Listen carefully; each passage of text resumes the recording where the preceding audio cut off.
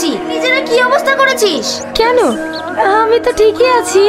সে তো দেখেই বুঝতে পারছি, তোকে দেখে মনে হচ্ছে একটা জঙ্গলি ভূত। আর হবে না বা কেন?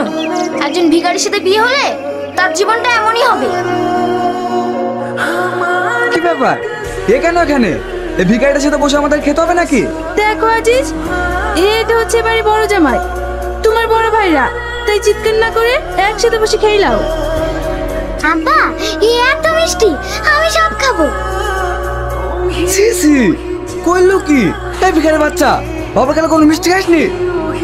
দেখো আজিজ, ও বাচ্চা তো, তাই ভুল করে ফেলিছে। কেন, মেয়ে জন্ম দিতে পেরেছিস আর খাওয়াতে পারিস না?